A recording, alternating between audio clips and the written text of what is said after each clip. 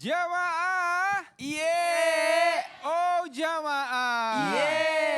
Alhamdulillah. Alhamdulillah masih di Islam itu indah. Dan tema kita buat yang bergabung adalah selalu ada pelangi setelah ujian berat ini. Tadi kita keputus ngomong sama Ustadz Maulana. Ustadz. Ya, siap. Belum selesai tadi masalah rumah tangga. Itulah yang naik tidak terus. ada rumah tangga yang tidak punya masalah. Ya, betul Semua sekali. rumah tangga ada masalah. Tapi kita lihat dulu itu, ada Piti tuh bersama. Ya Allah, engkau Ini dia Ustadz. Ya Allah Ustadz ya, kalau kita lihat masalah rumah tangga kan banyak sekali ragamnya begitu Ustadz ya. Tadi saya bilang kan kayak dar-der-dor nih kan ujiannya banyak sekali. Betul. Apa yang mesti dilakukan oleh pasangan suami istri Ustadz agar rumah tangganya baik, amalan apa yang paling baik? Silakan Ustadz. Iya, makasih banyak Mas Tude. Singkat, padat, jelas Mas Tude itu. Enggak berlete-lete. Bertele-tele Ustadz. Izin, sasasat dan sasam.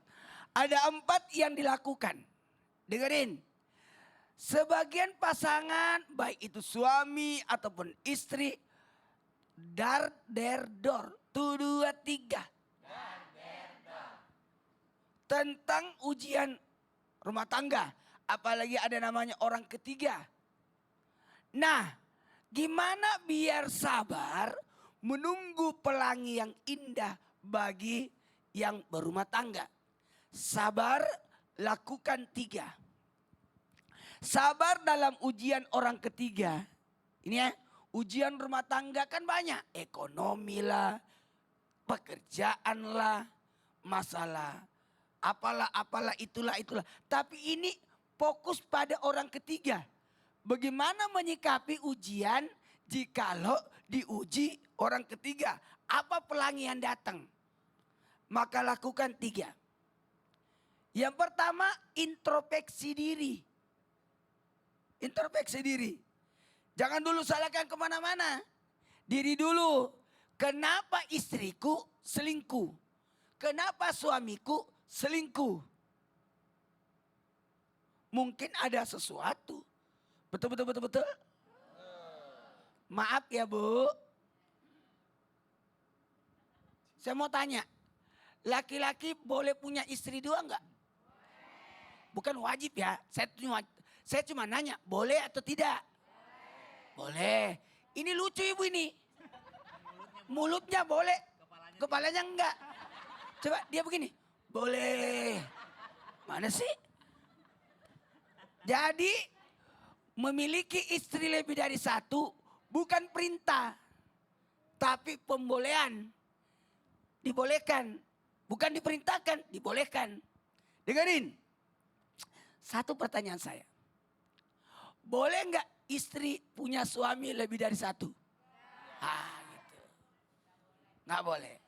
Kalau begitu harus dilihat dulu introspeksi. Komunikasi yang kedua. Jadi saya sengaja pertanyaan ini jamaah yang di rumah jawab sendiri kan. Oh iya juga ya.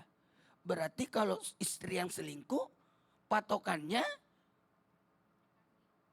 menikahi yang cerai sama ini atau bagaimana? Tapi kalau suami mau nggak punya istri itu masih ada pertanyaan itu. Yang kedua, komunikasi. Apa Bu? Komunikasi. Ya, bukan interupsi ya. Bukan demo ya.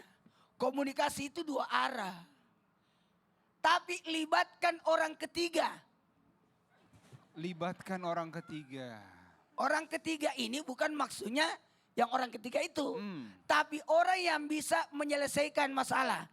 Kalau perlu jangan cuma 1. Libatkan 2 orang. Orang keempat. Bukan orang keempat juga. Dua-duanya disebut orang ketiga. Penengah ya Ustadz ya? Iya. 1 pihak dari Mas Dude. Ya. 1 pihak dari saya. Makanya itulah fungsinya saksi nikah. Jadi saksi nikah bukan hanya berfungsi di meja akad. Tapi berfungsi untuk selama-lamanya. Panggil kembali saksinya. Kami untuk menyelesaikan persoalan itu. Masya Allah. Oh jadi begitu Tunggu ya Ustadz? dulu. Oh apalagi Ustadz? Ada yang kurang? Buat semuanya. Ya, perhatikan. Gimana? Bukan berarti boleh. sampai sok-sokan mau punya istri lagi. Oh iya. Jadi Untung aku di sini, Ustaz. Sini, Ustaz. Ustaz. Biar aman di sini. baik. Jangan di belakang. Jadi Jadi, bukan berarti laki-laki boleh sehingga memaksakan. Pertanyaannya, satu aja amburadul, betul. Dan harus satu aja kau sakiti hatinya, bagaimana kalau tambah dua? Bagusnya kau baru istri cariin. Oh, Gitu. Masya Allah. Tapi tadi yang saya catat Ustaz ya bahwa pentingnya introspeksi. Geser ke sini Ustaz. Takut. Kena mulu kalau di situ, Ustaz. Baik, jadi tadi Ya. penting introspeksi, komunikasi. Komunikasi. Betul, itu penting banget ya Ustaz ya rumah tangga ya. Tapi jangan berdua aja. Karena berpotensi. Sekelas Nabi aja ada masalah rumah tangga. Panggil Sayyidina Abu Bakar. Oh betul, maka tadi ada penengah dan orang ketiga tadi ya. Baik, terima kasih, boleh tepuk tangan buat Ustadz Maulana. Dan juga orang-orang ketiga dan keempat yang sudah hadir, Masya Allah. Semoga dengan apa yang disampaikan tadi, rumah tangga kita bisa lebih baik dan lebih baik lagi. Insya Allah, amin ya rabbal alamin. Baik, sekarang kita masuk ke segmen Tanya Dong Ustadz. Kami semua tanya dong Ustaz. Siapa yang mau bertanya, Ibu? Yang dari mana yang mau bertanya? Baik, sebelah sini ya. Ibu silakan langsung ke Ustadz Muhammad Asad. Ibu boleh di Baik, tengah. Ibu, silakan. Silakan Ibu di sini, Bu. Di tengah, Ibu. Di tengah, Ibu. Silakan. Sebutkan nama dan dari mana dan pertanyaannya, Senang Ibu. tuh Ibu. Di antara orang ganteng. Iya betul Pak Ustadz. Di tengah, Ibu. Maaf, di tengah. Oh, Baik. iya. Ya, oke, baik. Silakan, Bu. Masya Allah. Bismillahirrahmanirrahim. Assalamualaikum warahmatullahi wabarakatuh. Waalaikumsalam warahmatullahi wabarakatuh. Nama saya Fitri dari Majelis Ahbabur Rasul Karawang. Masya Allah, boleh tepuk tangan. Silakan pertanyaannya, Ibu. Baik Ustadz, izin bertanya. Sering banyak yang mengatakan bahwa ujian terberat dan terlama itu sakit.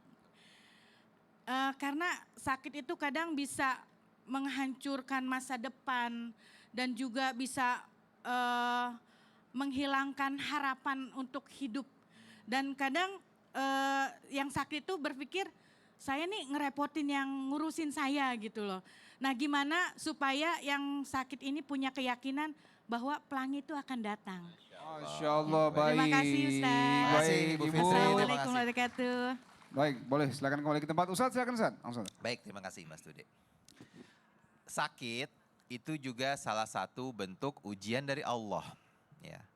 Kata Nabi SAW, "May yuridillahu bihi khairan ibtalah." Jika Allah mencintai seorang hamba, maka hamba itu pasti akan diujinya. Dan di hadis yang lain, Nabi SAW juga mengatakan, tidak ada sebuah kesakitan, kekecewaan, bahkan duri yang mengenai tubuh seorang hamba, melainkan Allah akan menggugurkan dosa-dosanya. Tuh, enak banget. Jadi sakit itu salah satu bentuk ujian yang memang pasti akan diberikan kepada hambanya. Tapi kita juga tidak bisa memilih, Bu. Oh, saya maunya dikasih ujian sakit, atau saya mendingan dikasih ujian ekonomi, atau saya pengennya dikasih ujiannya suami. Nggak bisa. Setiap dari kita punya takaran ujiannya masing-masing.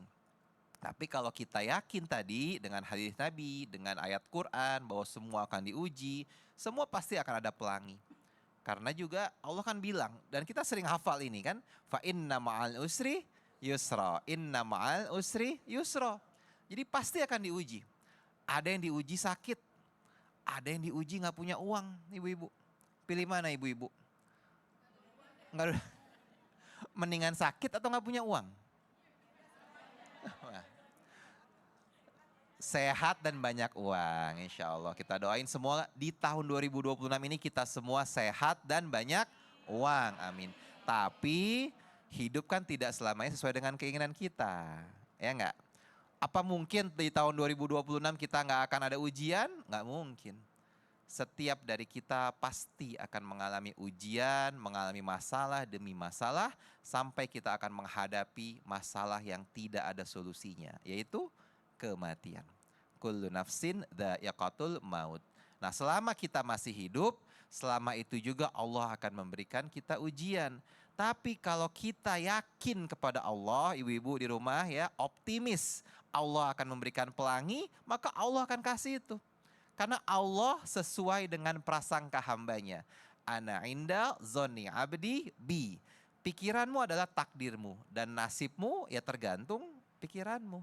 Masya Allah, jadi selama kita hidup, ujian itu pasti ada Ustaz. Pasti Mas Dude, Selalu, sampai kita wafat, sampai wafat. sampai wafat. Mas Jadi Dude juga ada ujian ya pasti kan Oh, hidup. Iya. setiap orang tadi nggak bisa memilih ya, Nggak bisa milih. ujian mana yang Allah berikan Allah ya. yang ngasih langsung. Allah yang kasih langsung. Baik, terima kasih, boleh tepuk tangan Terima buat kasih, Ustaz Muhammad Sude. Asad. Masya Allah ya, setiap manusia pasti akan menghadapi ujian. Maka persiapkan diri dengan baik dan yakin Allah akan berikan pelangi yang indah nantinya. Amin ya Rabbal Alamin. Ustadz Syam, Siap. kita mau bertanya nih Ustadz kembali kepada rumah tangga. Tapi kali ini tentang bagaimana sih hubungan dengan mertua dan Ya. ipar yang terkadang juga suka membawa mendung nih dalam kehidupan rumah ya. Bukan pelangi. Bukan.